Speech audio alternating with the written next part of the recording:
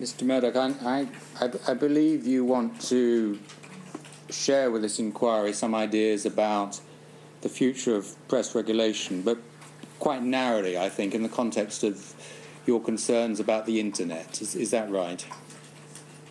I think it goes beyond that, but yes. I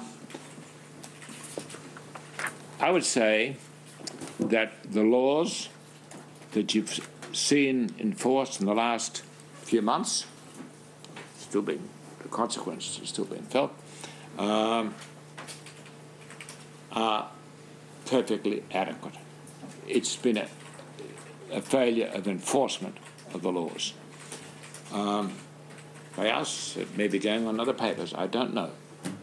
I certainly haven't heard, I've heard admissions, but not heard inquiries. But let that pass.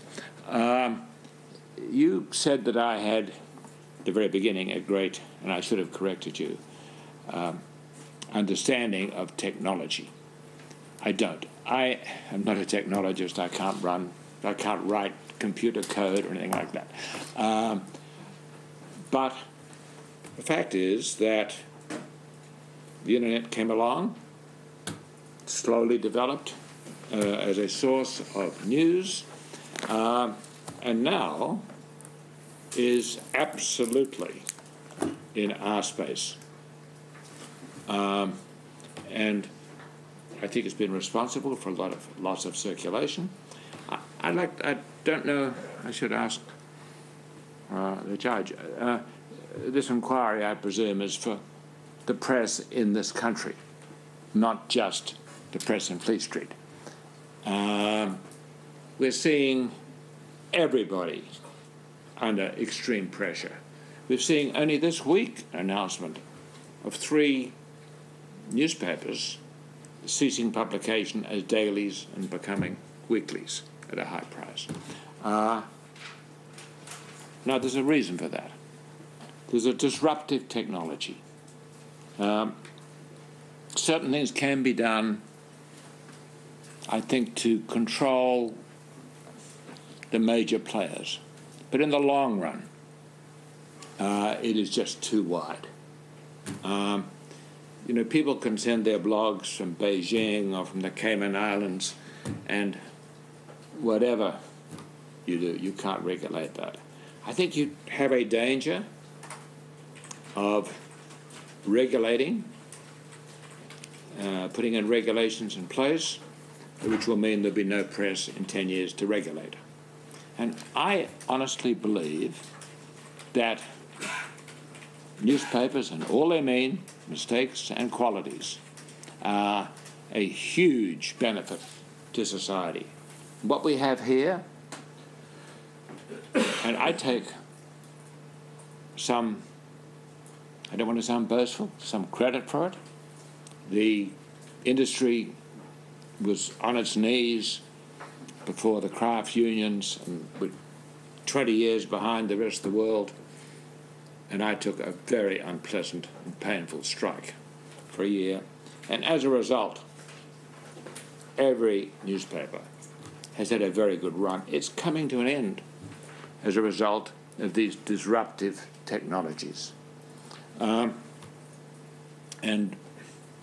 I could go on a great deal about it. We're spending a lot of money trying to, and succeeding, in presenting every word of our newspapers on modern tablets. There will be, I would be very confident in saying, that in very short time, less than 5 years, there'll be billions of tablets in the world. Furthermore, I think there'll be more billions, maybe twice as many, what we call smart telephones.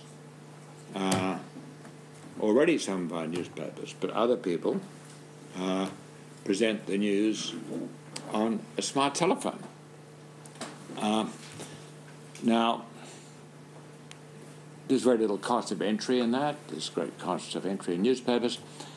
I'm old enough, old-fashioned enough, I don't know about you. I understand that you're one of the few people who like Le Monde, but that's... another matter.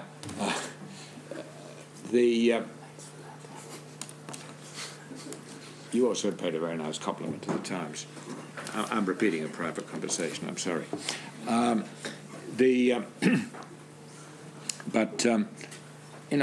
I like, and probably a lot of the people in this room, prefer the tactile experience of reading a newspaper or a book. And so I think we'll have both for quite a while.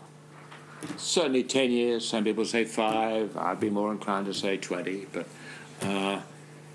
20 means very small circulations.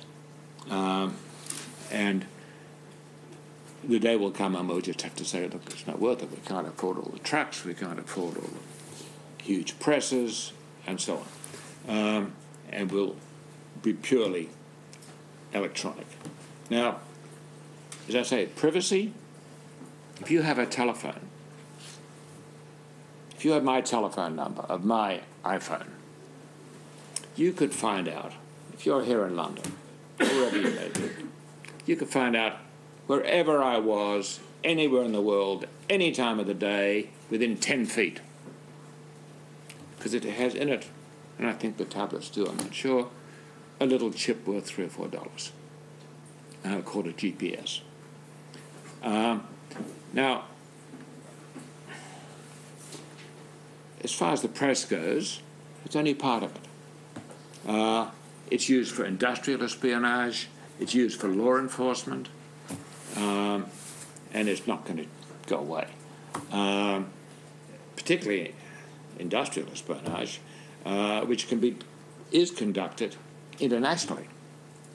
And I think that what can be done, certainly with the big players, it is perfectly possible and practical to say no pornography, no provision of links to confidential intellectual property. This is not a Hollywood Silicon Valley fight, which has been presented, of course, by Silicon Valley. It's an argument with drug companies, with people that do research, or whatever. It doesn't take much to click on to Google and find the link. Or other people, I'm sure. Now, that can be stopped. It would take legislation, and I would encourage it. I'm not saying that there are other people beyond the jurisdiction of the law who wouldn't try to do it. But it is a very, very serious thing. I would say one more thing, if I may, about the Internet. Not only is it a major source of information, but in this country we have the BBC, which we haven't mentioned, but is really far the greatest force in media in this country. It does some great broadcasting. It's a very important organization. But it also has gone online with a news service, in which 12 million people in this country watch it, I don't know every day, but at least every week, probably several days, and feel they've had enough news. That must be affecting one of the reasons why newspaper circulations are in decline. I think more seriously, my criticism, this is a taxpayer-funded thing we have to put up with, but it has started over the years very good websites with local news in all the major cities of Britain.